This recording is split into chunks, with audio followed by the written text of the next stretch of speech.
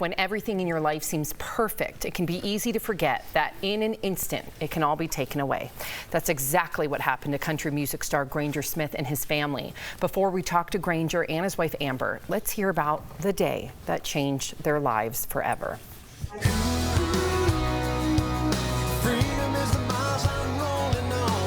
Granger Smith was living his dream. Top of the country charts, sold out tours, and a beautiful family. But on one summer day, that all changed. Granger was playing with his daughter in the backyard while his two young boys ran after each other. I just had this thought, soak up this moment because it's not gonna last forever. Within a couple of minutes, the laughter stopped, leaving an eerie silence. Granger's gut told him something wasn't right, so he went to find his boys. What he found was every parent's worst nightmare. There wasn't a splash, there wasn't any kind of call for help. I just saw him. His youngest son, River, had slipped through the pool gate and fell into the water. Granger pulled his son from the pool, but it was already too late. Granger and Amber lost their 3-year-old son that day. He'll always be with me, and he'll always be in our hearts. I am so sorry. All of us here are so sorry. Granger and Amber decided to turn their pain into purpose, and they are here to talk all about it. Please welcome to the show, Granger and Amber Smith. Yeah. Thank you. Thank you for having us. Hi guys. Granger, in your new book, and I have it right here, you compare life and grief to a river, which was actually your son's name. Wow. Can you just describe what you mean by that? Yeah, it's interesting. We can look at life like a river where it's just always flowing downstream. Sometimes it could go through twists and turns, and sometimes deep or shallow or bogged up or rapids. But the reality is it always moves downstream.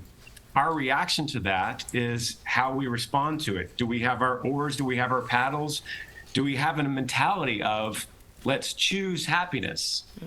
What happens when your happiness goes off a waterfall and you can't control the flow of your river? What happens when you can't choose happiness because you literally have no other choice in life?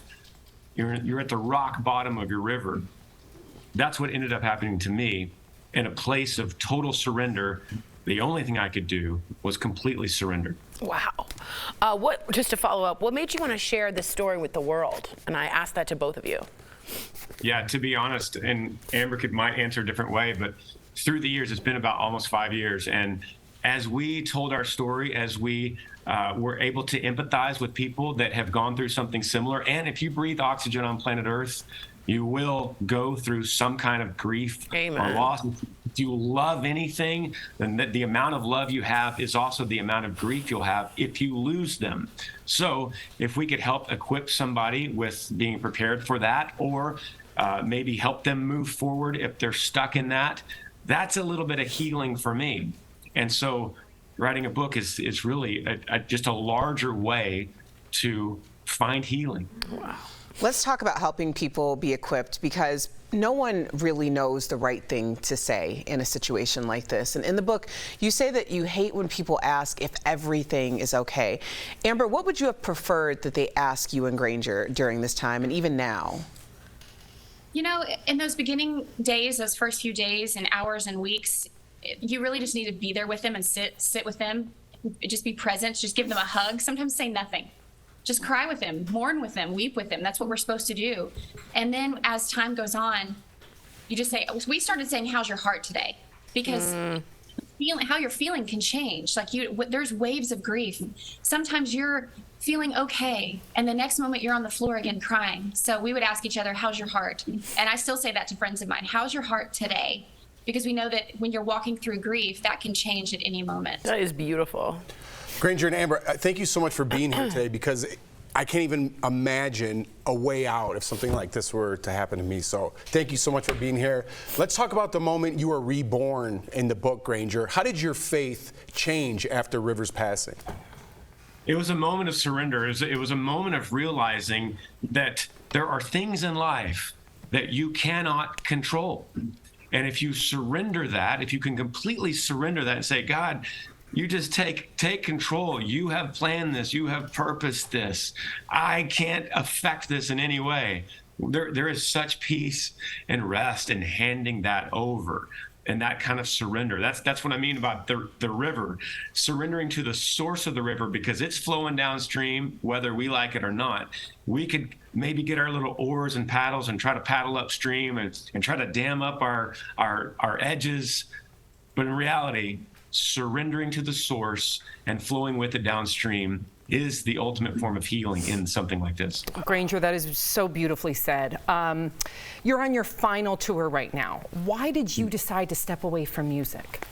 As much as I love music, as much as I have felt healing and playing songs 3 minutes at a time and seeing joy come from people, I just feel like there is a greater message I need to give. And there are too many people out there hurting or stuck or trying to find where their happiness lies. And I feel like through books like this and me being able to get out and free myself up to speak about this, I feel like this is more important than music touring.